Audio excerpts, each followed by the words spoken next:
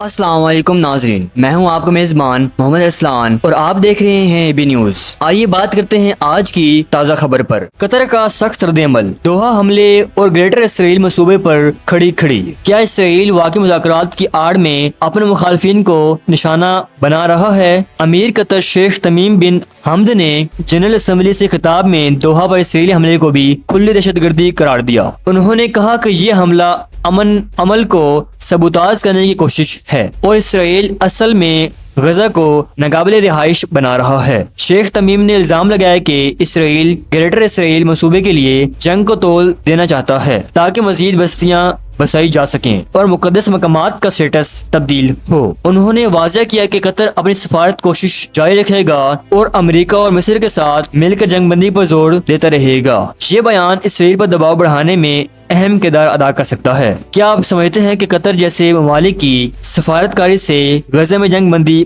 ممکن ہو سکتی ہے؟ کمنٹس میں لکھیں کہ اس جنگ بندی کو ختم کرنے کے لیے عالمی برادری کو کس طرح کا کردار ادا کرنا چاہیے۔ ممکن ہے کہ قطر کی کوششوں سے آئندہ ہفتوں میں فریقین کے درمیان مذاکرات دوبارہ شروع ہو جائیں۔